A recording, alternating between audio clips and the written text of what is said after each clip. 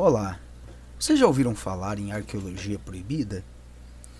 É um termo usado quando algo descoberto não se encaixa na história, como fósseis de gigantes, peças estranhas fora de seu tempo, relógios achados em tumbas no Antigo Egito e mesmo dispositivos voadores, que eram usados por povos antigos há mais ou menos 15 mil anos atrás. No vídeo de hoje, vocês vão conhecer os Vimanas. Mas antes, não deixe de se inscrever no nosso canal se ainda não são inscritos e deixar o seu like, clicando no joinha. Fazendo isso, vocês ajudam muito o canal a crescer. A Índia é um país ao sul da Ásia que encanta pessoas com a sua cultura, alimentação e costumes, possuindo mais de 1 bilhão de pessoas e sendo o segundo país mais populoso do mundo, além de possuir uma história riquíssima que remonta o surgimento da raça humana. Mas um pedaço dessa história é bem curioso, pois fala de um povo antigo que voava pelos céus em máquinas gigantescas. O curioso é que por todos os cantos do planeta se ouve falar em civilizações que de alguma forma viajavam pelos céus, como os Anunnakis na Suméria, as esculturas de aeronaves incas, os aeroglifos egípcios de naves.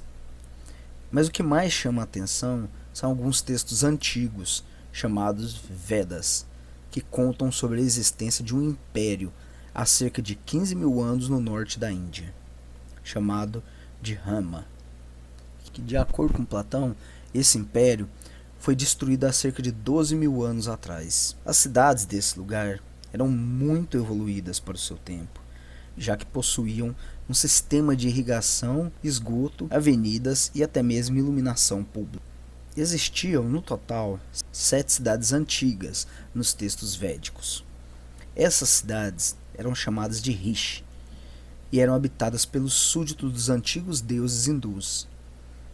E o mais curioso é que os habitantes dessa civilização possuíam algumas máquinas voadoras, descritas nos textos como carruagens flutuantes que andavam na velocidade do vento e entoavam uma música muito agradável. Existiam, pelo que consta, 3 tipos de Vimanas: os da primeira era, pilotados pelos deuses, que se chamavam Treta Yuga. Esses Vimanas utilizavam a energia dos mantras para se abastecer.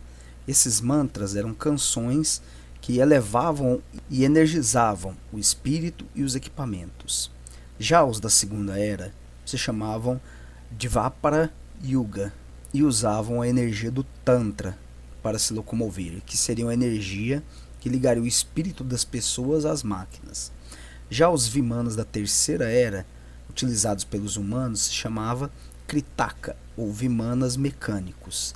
Esses se dividiam em 25 tipos diferentes. Alguns lembravam muito cilindros, outros já eram mais parecidos como pires, ou mesmo as naves alienígenas modernas.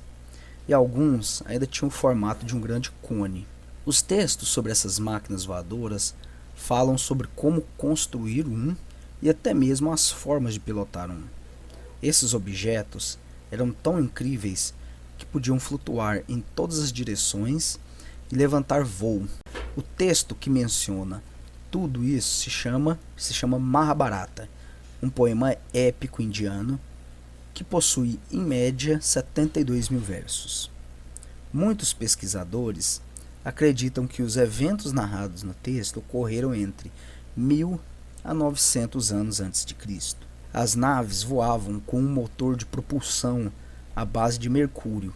E o interessante é que esses motores são muito funcionais, tanto que em 1970 eles foram produzidos nos Estados Unidos pela NASA, mas a sua produção foi interrompida, já que o motor teria como base de propulsão o mercúrio misturado a césio, se tornando muito prejudicial ao meio ambiente. Segundo relatos, um indiano chamado Shivkar Bapuji Talped construiu e voou numa máquina não tripulada baseada nos desenhos antigos dos Vimanas. Infelizmente, não existem registros escritos dessa máquina. Os nazistas criaram vários projetos de mísseis baseado na propulsão por mercúrio. Hitler, como adorador de artefatos antigos, era deslumbrado com o conhecimento antigo da Índia. Até mesmo os soviéticos, em algumas expedições, encontraram vários instrumentos em cavernas do Turquestão, que foram batizados de antigos instrumentos de navegação para veículos cósmicos.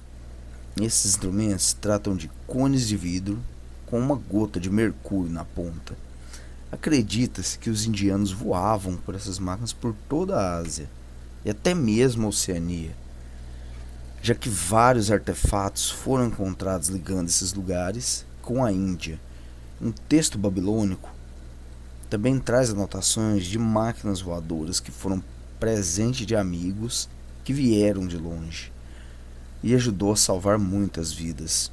Mas o desaparecimento dessa tecnologia é algo controverso até os dias de hoje, pois segundo os textos houve uma disputa de proporções épicas entre os antigos indianos e os atlantes. A disputa durou anos, mas no fim os atlantes venceram, pois pelo que consta no texto, a tecnologia tanto da aeronave quanto as armas do povo de Atlântida, chamado de Asvins, era bem mais evoluída. A disputa teve fim quando os atlantes dispararam uma única arma com a potência do universo, e dela saiu uma coluna de fogo com a potência de 10.000 sóis, que teria deixado os corpos das vítimas irreconhecíveis. Os pássaros teriam ficado brancos, e o que sobraram ficaram cheios de deformidades. Efeitos semelhantes a esses descritos ocorreu com a população de Hiroshima e Nagasaki após o atentado das bombas nucleares. O poder dessa arma era tanto que ela teria esgotado os recursos do continente da Atlântida, fazendo com que o seu continente fosse destruído pelo dilúvio.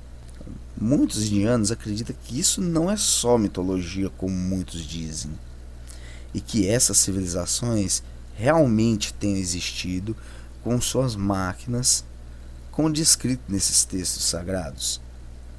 Mas então, como as máquinas se perderam? Muitos dizem que após a guerra o povo hindu teria desaparecido. Os que sobraram se espalharam para as ilhas remotas, levando seu conhecimento.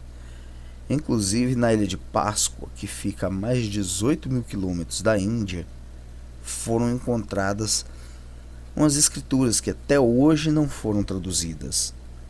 Mas um estudioso notou uma grande semelhança com a escrita hindu. E até hoje, os arqueólogos não conseguem explicar como surgiu a escrita na ilha de Páscoa.